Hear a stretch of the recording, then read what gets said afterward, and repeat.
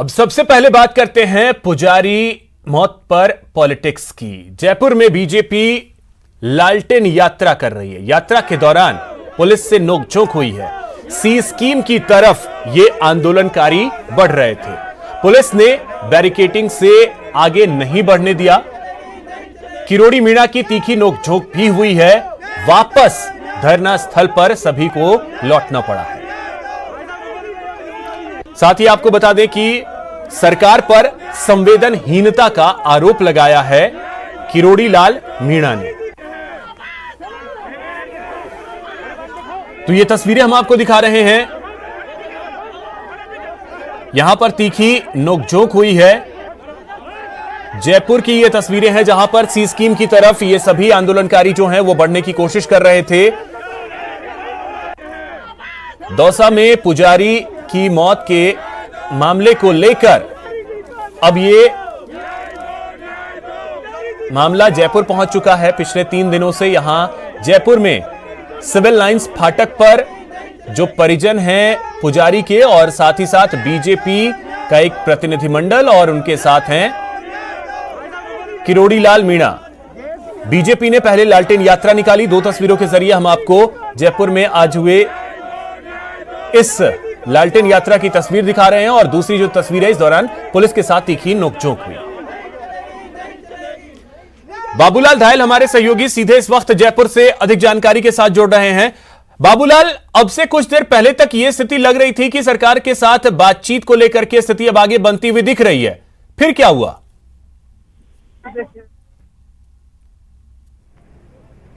जी देखिए, डॉक्टर किरोड़ी ने पहले ऐलान कर रखा था कि वो लालटेन यात्रा निकालेंगे और सरकार को दिन में लालटेन का उजाला दिखाने की कोशिश करेंगे कि सरकार संवेदनहीनता दिखा रही है। इस इश्यू पर जो डेडलॉक बना हुआ वो हमारी तरफ से नहीं है, सरकार की ओर से है।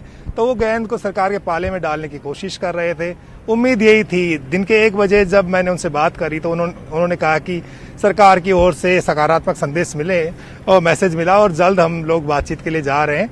अब मंत्री कौन आएगा सरकार की ओर से, इस पर हम लोग इंतजार कर रहे हैं। तो घंटे 3 जो गुजरे हैं उसके बाद बहुत सारी चीजें बदलती हुई दिखी हैं। कोई सरकार की ओर से कोई ऐसा मैसेज फिलहाल उनको मिलता हुआ नहीं दिखा, तो उन्होंने लालटेन यात्रा निकाली। ठीक मेरे पीछे ये जो बैरिकेडिंग दिख रही है इसके ठीक आगे की तरफ, यानी कि सी स्कीम की तरफ बीजेपी के जो कार्यकर्ता और आंदोलनकारी जो है बढ़ने की कोशिश कर रहे थे। पुलिस ने सख्ती से उनको रोका और इस दौरान तीखी नोक-झोंक हो गई, धक्का मुक्की भी हुई थोड़ी सी। लेकिन उसके बाद में किरोड़ी वापस जो है अपने कार्यकर्ताओं को लेकर के, बीजेपी के जो समर्थक है उनको लेकर के वापस लौट आए। अभी भी वो बातचीत और मंत्रणाओं का दौर कर रहे हैं अपने साथियों के साथ में। बीजेपी के जो नेता हैं वो यहाँ पर अभी भी जमे हुए हैं। सांसद रामचंद्र बोरा है, अरुण चतुर्वेदी है, अशोक लाहोटी है, सुमन शर्मा है, अलवर के जो विधायक है संजय शर्मा, वो भी यहाँ पर जमे हुए हैं। तो किरोड़ी बीच बीच में चले जाते हैं, आसपास में फिर आ जाते हैं और माहौल बनाने की एक कोशिश करते हैं। लेकिन अभिषेक, जो राजनीति हो रही है यानी कि शव के साथ में, वो बहुत ही गलत हो रहा है। आज 8वां दिन है और पुजारी का जो की पार्थिव देह है वो अंतिम संस्कार का इंतजार कर रही है।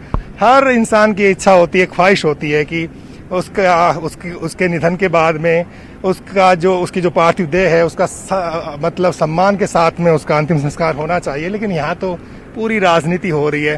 ठीक सामने ये जो 2 आपको ताबूत दिख रहे हैं, इसमें एक जो ताबूत है उसमें पुजारी शंभू की डेड बॉडी को रखा हुआ है।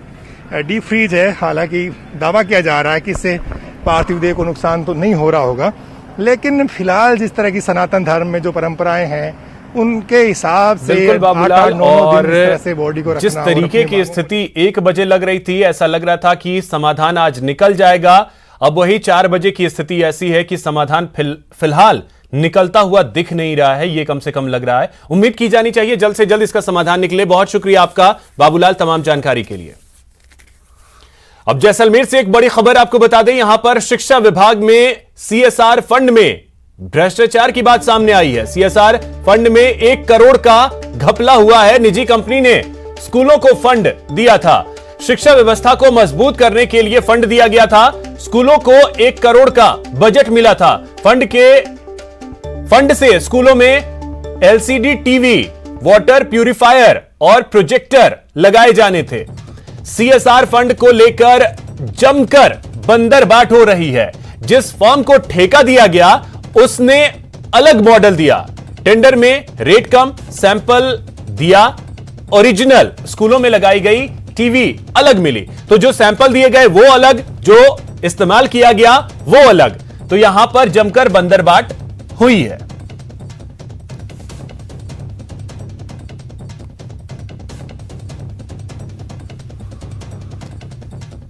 तो सीएसआर फंड में भ्रष्टाचार की अब बात सामने आ रही है। शिक्षा विभाग में सीएसआर फंड में भ्रष्टाचार की बड़ी बात सामने आ रही है कि क्वालिटी के साथ भी यहां पर खिलवाड़ हुआ है।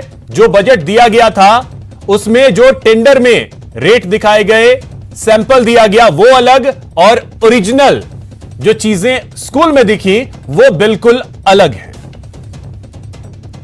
सीएसआर में यहाँ पर जिला स्तर पर कुछ काम करवाए थे जिसके बारे में अभी तक कोई शिकायत प्राप्त नहीं हुई है। आपने अभी इस इशू को रेज किया है, हम इसकी पूरी तरह जांच कराएंगे कि कोई भी पेमेंट हुआ है तो जो उसका संबंधित आइटम था वो इंस्टॉल किए गए हैं कि नहीं। और वैसे भी पेमेंट करने के पहले यह सुनिश्चितता की गई थी कि संबंधित अधिकारी उस पर्टिकुलर आइटम के इंस्टॉलेशन को वेरीफाई करें, उसके बाद ही पेमेंट किया गया है। चलिए अब रुक करते हैं अगली खबर की ओर। खबर बाड़मेर से है, जहां एक बुजुर्ग का चालान कटने पर उसने हाई वोल्टेज ड्रामा किया। बुजुर्ग न केवल ट्रैफिक पुलिस का विरोध करता नजर आया, बल्कि उसने भरी दोपहरी में सड़क पर लेटकर यातायात पुलिस की सांसें फुला दी। दरअसल पूरे मामले ने तब तूल पकड़ा जब बाड़मेर जिला मुख्यालय के अहिंसा सर्किल पर यातायात पुलिस बिना मास्क और बिना हेलमेट वाले वाहन चालकों के चालान काट रही थी। तभी एक बुजुर्ग का बिना हेलमेट होने की वजह से चालान काटा गया तो बुजुर्ग भड़क गया। उसने काफी देर तक यातायात पुलिस कर्मियों से बहस की और उसके बाद वो सड़क पर यह कहते हुए लेट गया कि उसका अकेले का ही चालान क्यों। काफी देर तक बुजुर्ग सड़क पर लेटा रहा। हालांकि थोड़ी देर बाद उसे समझा बुझाकर रवाना किया।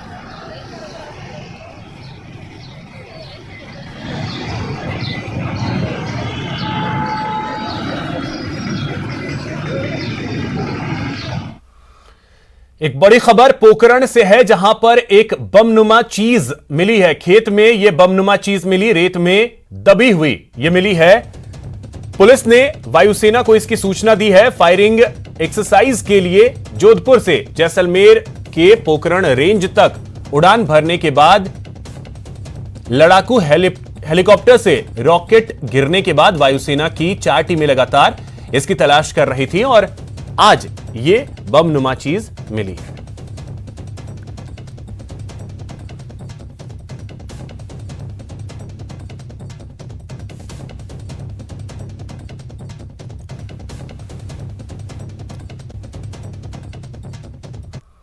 भरतपुर के बयाना में लैपटॉप और नौकरी देने के नाम पर नाबालिग लड़की से ठगी करने का मामला सामने आया है।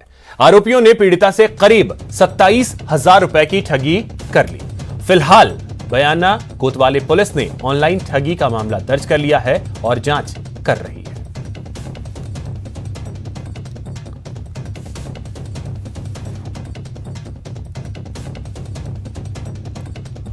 मेरे को 2 नंबरों से फ्रॉड कॉल आई थी।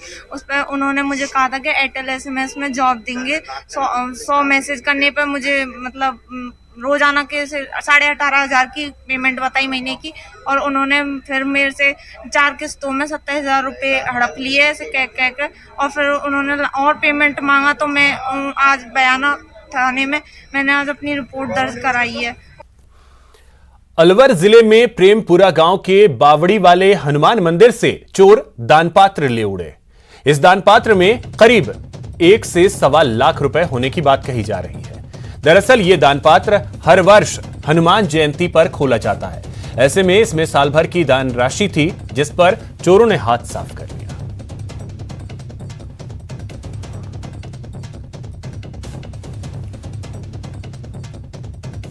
कैसे? और हर साल हनुमान जयंती उसको खोलते हैं।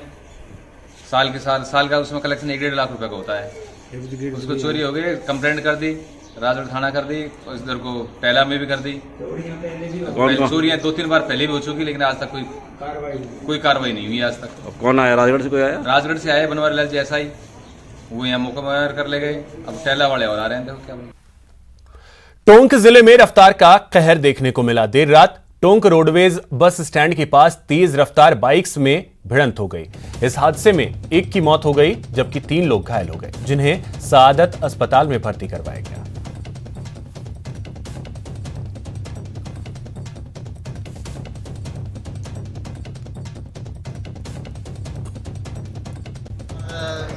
पेशेंट आए थे, चारों इंजरी के थे, मल्टीपल इंजरी थे। उसमें से एक एक्सपायर हो गया, 3 को रेफर कर दिया जयपुर। पेट्रोल डीजल पर राज्य सरकार की ओर से ज्यादा वैट वसूलने के विरोध में आज पूरे प्रदेश के करीब 7,000 पेट्रोल पंप सुबह 6 बजे से रात 12 बजे तक बंद हैं। राजस्थान पेट्रोलियम डीलर्स एसोसिएशन ने चेतावनी दी है कि अगर राज्य सरकार ने हड़ताल के बाद भी वैट में कमी नहीं की तो 25 अप्रैल से अनिश्चितकालीन हड़ताल किया जाएगा। एसोसिएशन की मांग है कि प्रदेश में वैट की दर पड़ोसी राज्यों के बराबर किया जाए।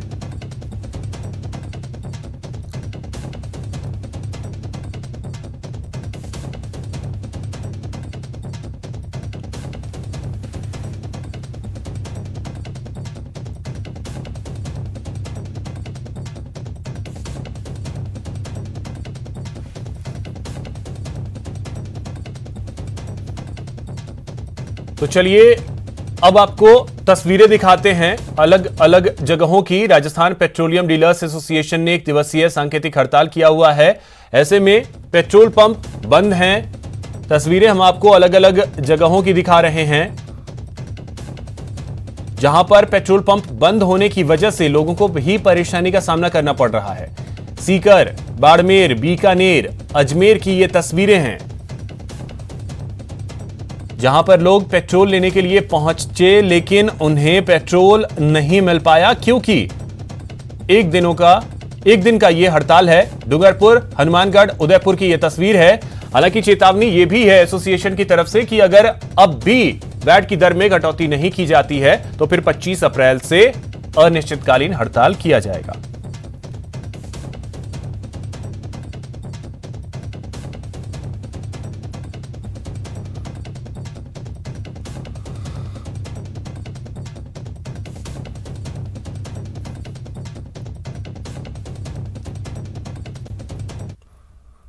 ब्रेक के बाद आपका स्वागत है। कोरोना संकट पर कांग्रेस की बैठक हुई।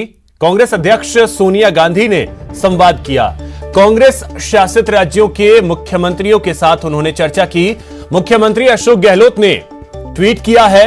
ट्वीट में मुख्यमंत्री अशोक गहलोत ने कहा है कि बैठक में कोरोना को लेकर राज्य की स्थिति के बारे में बताया, संक्रमण को नियंत्रित करने के लिए उठाए जा रहे कदमों की जानकारी दी। तो यह ट्वीट किया है मुख्यमंत्री अशोक गहलोत ने आज कोरोना पर पार्टी अध्यक्ष सोनिया गांधी और राहुल गांधी के साथ कोरोना पर बैठक की। बैठक में राज्य की स्थिति के बारे में बताया, संक्रमण को नियंत्रित करने के लिए उठाए जा रहे कदमों के बारे में भी जानकारी दी।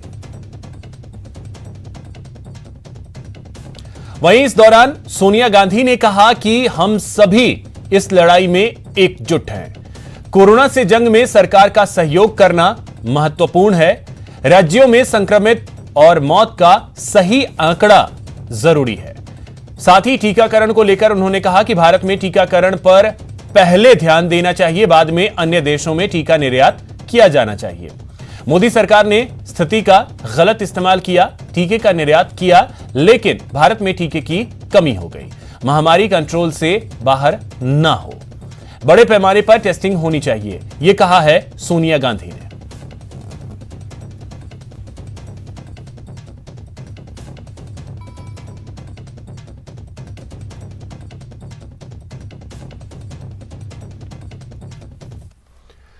चिकित्सा मंत्री डॉक्टर रघु शर्मा ने कहा है कि राजस्थान में वैक्सीन खत्म हो गई है और 5,44,000 लोगों को रोजाना वैक्सीन लगाई जा रही है, इसलिए वैक्सीन की सप्लाई सही तरह से जारी रखी जाए।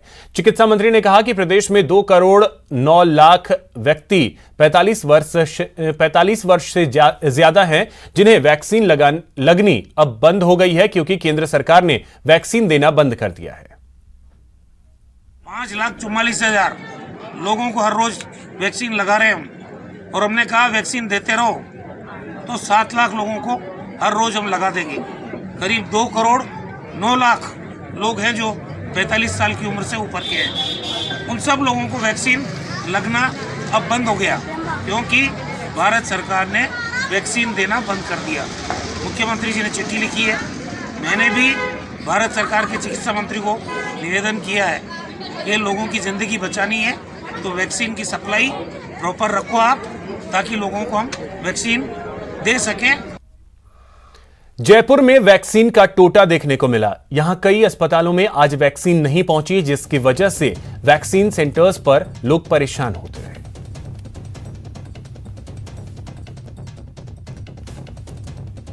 कई अस्पतालों में आज वैक्सीन नहीं पहुंची है, जिसकी वजह से लोग परेशान हो रहे हैं। मैं ESI मॉडल हॉस्पिटल में हूं, जहां पर कल बड़ी संख्या में लोगों को वैक्सीन लग रही थी। रोजाना यहां 100 से 125 लोगों को वैक्सीन लगाई जा रही थी, लेकिन आप देखिएगा कि लोग सुबह आए और जब उनको बताया गया कि आज वैक्सीन नहीं लग पाएगी, वैक्सीन आई नहीं है, इसलिए लोग जो है खाली हाथ लौट रहे हैं। और इस वक्त मेरे साथ में मौजूद हैं डॉक्टर शोभा माथुर, जो कि वैक्सीनेशन का जिम्मा संभालती हैं इस अस्पताल में। मैम, कब तक आ जाएगी वैक्सीन? आज शाम तक वैक्सीन आने की संभावना है, और वैसे हमारे यहाँ रोज लग रही थी, इवन छुट्टी वाले दिन लग रही थी। अभी संडे को भी लगी है, गुड फ्राइडे को भी लगी है, पर हमने पास में इंतजाम कर दिया है। राज्य सरकार ने पास में इंतजाम कर दिया है, UPHC गांधीनगर में और चौड़ा रास्ता में भी कर दिया है। तो जिनको लगवानी है, जिनकी ड्यू है, वो वहां जा सकते हैं। ये सूचना हम सबको दे रहे हैं। होगा या नहीं होगा? रात को आती है सेशन की सूचना, हमें रात को राज्य सरकार द्वारा प्राप्त होती है, फिर हम उसको स्टाफ को बता देते हैं, सुबह सब ड्यूटी पे आके लगा देते हैं। और रोज लग रही है, तो आज शाम तक पूरी संभावना है। मैंने बात भी कर ली है वैक्सीनेशन जो RCHO सर हैं, उनसे बात करके ही मैं ये बात का जवाब दे रही हूँ। हम आए यहाँ पर तो पहले नंबर लगाया था, नंबर लगाने में टोकन ले लो, क्योंकि बोले वापस आ जाना, खाना खा के आप आ जाना। तो हम आ गए, बड़े 10:30-11 बजे से टोकन स्टार्ट हो जाएंगे, तो हम पहले आके नंबर आ गए थे। बड़े उत्साहित थे आप? अब वेट करना पड़ेगा। ऑफिस से छुट्टी भी की थी आज, सुबह फोन कर दिया कि ऑफिस नहीं आएंगे आज। मैं राजमंदिर सिनेमा में नौकरी करता हूँ, वहाँ आज मना कर दिया, भाई आज नहीं आएंगे। ये सुबह नंबर लिखने के बाद फोन किया हमने। अच्छा, ये पर्ची है? ये नंबर लगवा लिया था कि कंफर्म है, ये यहाँ से नंबर दिया गया है ये। तो फिर हमने कहा तो बढ़िया ये काम हो जाएगा आज, लेकिन आज हो नहीं पाया। फिर नेक्स्ट दिन आप कहाँ से आए? सर, मैं ईश्वर सिंह हूँ, यहाँ मिशन कंपाउंड में हमारा ऑफिस है। तो आज वो सेकंड सैटरडे था, मैं कोई कैशियर का काम करता हूँ, तो बैंक की छुट्टी थी, तो मैंने कहा सैटरडे को लगा लेते। प्री प्लानिंग थी ये, इसलिए आज वैक्सीन लगाने के लिए आया हूँ। वैक्सीन अभी जैसे सुन पा रहा हूँ मैं कि आज शायद वैक्सीन नहीं लग पाएगी। बाबूलाल धायल, न्यूज़ 18 जयपुर।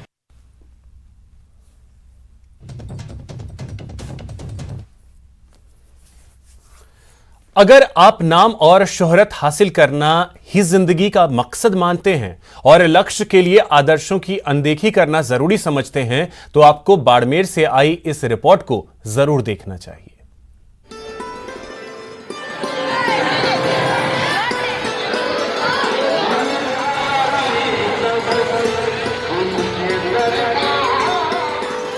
जिस दौर में लोग दोनों हाथों से पैसे समेटने में जुटे हों, उस दौर में पैसा लुटाना देखने वाले को हैरान कर सकता है।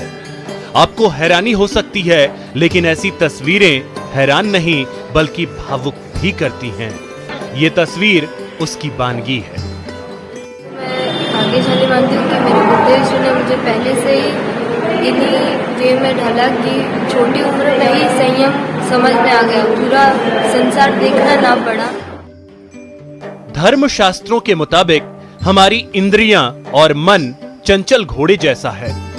इन पर अगर संयम रूपी लगाम ना हो तो हमारा नरक रूपी गड्ढे में गिरना तय है। और ये जो समझ गया वो मोह माया से ऊपर उठ गया।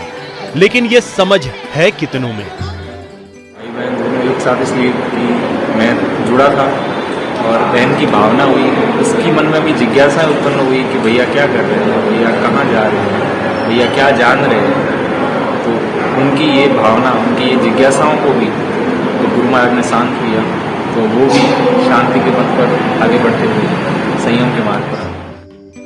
जीवन का असली सार जब बाड़मेर के भूणिया के इन भाई बहन को आया तो वो सब कुछ त्याग कर वैराग्य पथ पर चल पड़े। 6 मई को गुजरात के पालिताना में आचार्य मणिप्रभ सागर भाई बहन को दीक्षा दिलाएंगे। इससे पहले भाई बहन की शोभा यात्रा शहर में निकाली गई, जहां बड़ी संख्या में मौजूद श्रद्धालुओं ने भाई बहन के जयकारे लगाए।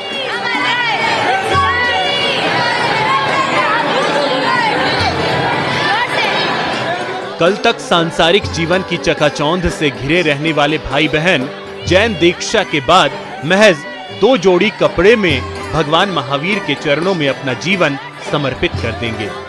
दोनों जिंदगी भर पैदल विहार कर भगवान महावीर के संदेश को जन जन तक पहुंचाएंगे और भौतिकता की आंधी में संयम की अलख जगाएंगे। न्यूज़ 18 राजस्थान के लिए बाड़मेर से प्रेमदान की रिपोर्ट। हमें भारतीय होने पर गर्व क्यों है? वो क्या है जो हमें दूसरों से अलग बनाता है? यह हमारी आत्मनिर्भर होने की क्षमता ही है जो हमें एक अलग पहचान देती है। आईटीसी की प्रस्तुति और नेटवर्क 18 की पहल स्वाभिमान भारत हमारी ये खास पेशकश देश भर से कुछ ऐसी ही आत्मनिर्भरता की कहानियां आपके सामने लेकर आएगी। इस सीरीज की आज की कहानी ऐसे ही 98 वर्षीय आदमी की है जो आत्मनिर्भर बनने के लिए इस उम्र में भी चने बेच रहे हैं।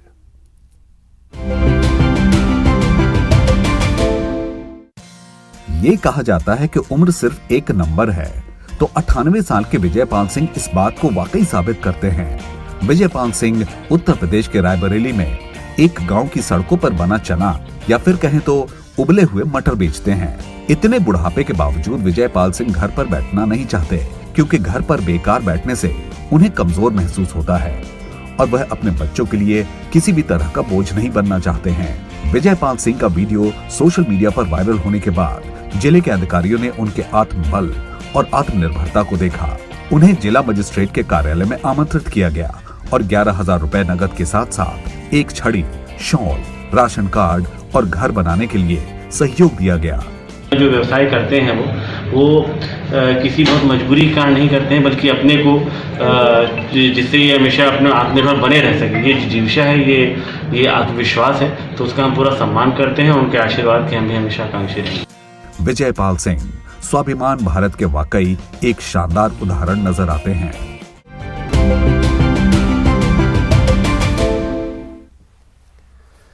तो भारत से ऐसी ही सफलता की और कहानियां देखने के लिए बने रहिए नेटवर्क 18 की खास पहल आईटीसी प्रेजेंट्स स्वाभिमान भारत के साथ। चलिए अब देखते हैं टॉप 10 वायरल।